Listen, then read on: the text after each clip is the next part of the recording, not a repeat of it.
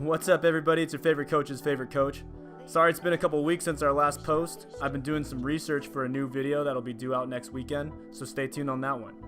But in today's video, we're going to be talking about Carmelo Anthony potentially coming off the bench for the Houston Rockets. Stephen A. Smith and his crew at First Take recently covered whether or not he's going to come off the bench.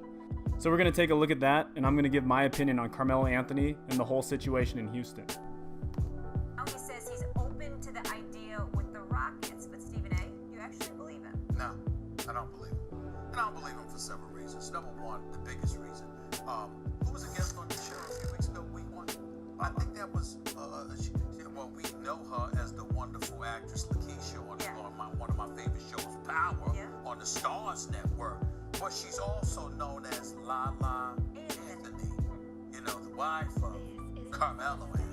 I mean, if anybody would know, it would be her. And if y'all don't remember what she said, unsolicited, I might add, did I ask her, Max, about Melo coming on the bench? No. Yep. She sat up there and she said, she chimed in on her own and said, he don't need to be coming off no bench. That's what she, well. So this is clearly an ego thing for Carmelo Anthony coming off the bench. It should not matter what your wife or your girlfriend or significant other thinks, whether or not you're good enough to be a starting player. It's all about winning. And if it means coming off the bench, you're going to have to do that if that's what you want to do. If your legacy is to be one of the top players who ever played the game, you have to win a championship, and that might take sacrificing some stuff. Is Carmelo Anthony willing to do that? I think he is. But before we get into all of that, I'm going to talk about Stephen A. Smith and a lot of the analysts who we have out here in the media. They are to be taken with a grain of salt. Could you imagine if these guys just sat here, if like Skip and Shannon on their show just sat around and agreed with each other?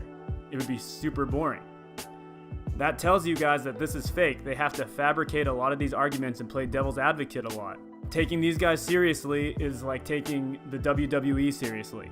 And this is unfortunate because a lot of you young players, you go to these guys for your basketball information.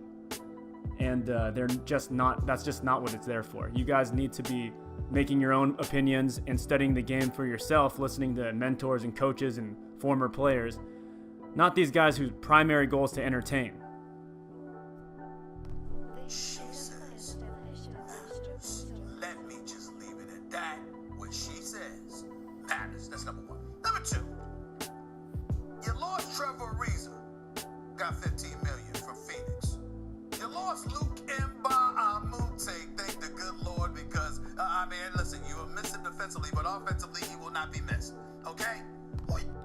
Going off of what Stephen A. Smith is saying right here, last year we predicted the Golden State Warriors were going to run through the Houston Rockets easily, and we predicted a lot of things correctly. I'll admit it right now, we were 100% wrong. Last year, when healthy, the Houston Rockets were the best team on the planet. That means better than the Kevin Durant, Steph Curry, Golden State Warriors, better than LeBron James and the Cleveland Cavaliers. They had the Warriors on the ropes, and Chris Paul got injured, and they still put up a good fight.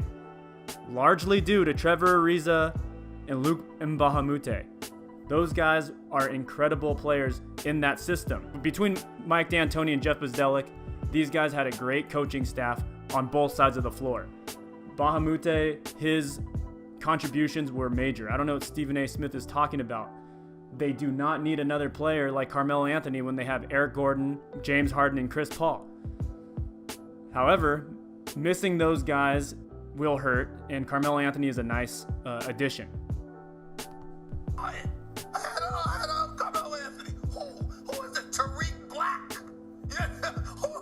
Who's that? Michael Carter Williams? I mean, who's starting ahead of Melo? You got CP3, you got James Harden, you got Clint Capella, PJ Tucker, because you need him in that lineup because he's underrated. He's a damn good. It does not matter whether or not Carmelo Anthony comes off the bench. It matters his overall effect on the game, given the personnel that surrounds him. So guys like Gerald Green, James Ennis, those guys might not be better talents than Carmelo Anthony, but they might fit in better with the starting lineup. They do not need another scorer who doesn't play defense. They have James Harden already. Like I've said many times with players like Carmelo Anthony, the team around them will only be as good as Carmelo allows them to be. He's an unbelievable talent. Don't get me wrong. I've said that many times. but he dominates the possessions. He has poor shot selection, and he does a lot of ISO ball. The last thing the Rockets want to do is slow down their offense. I'll tell you that right now. Mike D'Antoni will not allow that. It's very interesting how D'Antoni and Carmelo Anthony had such a major feud in New York that it got to the point where Melo essentially got D'Antoni fired. He will not be allowed to do that here. Chris Paul will not allow that to happen. Whether or not Carmelo fits in will be due to a lot of different factors. But just because he's more talented than Ennis, Green, etc., doesn't mean he should start. As a player, he's an excellent player. He's underrated. And oh, by the way, we'll have a job in this business someday in the future. Let me tell you something right now. I've interviewed him a couple of times. This brother is made to be a television analyst. Mark my words. So what are you going to do? You got Clint Capella. In talking about how guys like Stephen A. Smith are more entertainers than analysts, it's apparent in this commentary right here. He has a personal relationship with Carmelo Anthony. That's one of his favorite guys. That's why he was so biased in his breakdowns of how New York was going a few years ago. Stephen A. is a guy from New York. He blames everything on Dolan and Phil Jackson and did not put any of the blame on Carmelo Anthony, disregarding the fact that Carmelo Anthony played a big part in things not working. He had a hard time with D'Antoni. He didn't like Jeremy Lin during the Linsanity thing. Amari Stoudemire even confirmed that. So he needs to take responsibility for this. Your front line with PJ Tucker. So having a guy like Melo to take, to pick up some of the offensive load is something that's going to be a plus. And last but not least, the chemistry that he has. No matter how tight, we always talk about the Banana Boat crew and D Wade and LeBron with Chris Paul and let me tell you something. Melo and CP3 are incredibly tight. If anybody could get Melo to come off the bench, it would be him. The problem is Eric Gordon, who did start 30 games for you last year and actually put up bigger, loftier numbers when he started, but was exceptional off the bench, giving you 18 points a game, was runner-up for Sixth Man of the Year to Lou Williams. The bottom line is Eric Gordon can play, and more importantly, coming off the bench doesn't compromise him in any way in terms of what he brings to you. It might compromise Melo, and as a result, that's why you also put Melo in that starting lineup. I don't think Melo coming off the bench compromises anything for him as a player. I think it allows him to be the guy with the ball and dominate a second unit. That's going to allow the Rockets to be able to rest guys like Chris Paul, James Harden, and guys who are clearly, over the last couple of years, looked a little weathered deep into the playoffs. He'll be able to take that responsibility of being the primary scorer, and nobody's going to care about it. There's not going to be a roster around him that's going to be negatively impacted by him dominating the ball in the second unit. So when he's talking about how it's going to impact him negatively coming off the bench, it's just not. It's only going to hurt his ego. And that's going to be the big question. Now, having said all this, will Carmelo Anthony fit in with the Houston Rockets? And like I said earlier, we at Cortical Hoops have been very critical of Carmelo in the past. I think he is going to fit in well with the Houston Rockets, and I think the Rockets are going to make a very strong case for being the best team in the world next year. They looked really good against the Golden State Warriors until Chris Paul got hurt. They looked like the best team. It's a shame they weren't able to retain players like Ariza and Ba Mute. They played major roles for them. Clint Capella is a star. He can guard 5 positions. He was able to guard Steph Curry better than James Harden was. I believe Carmelo Anthony will come off the bench and will be effective with the Houston Rockets.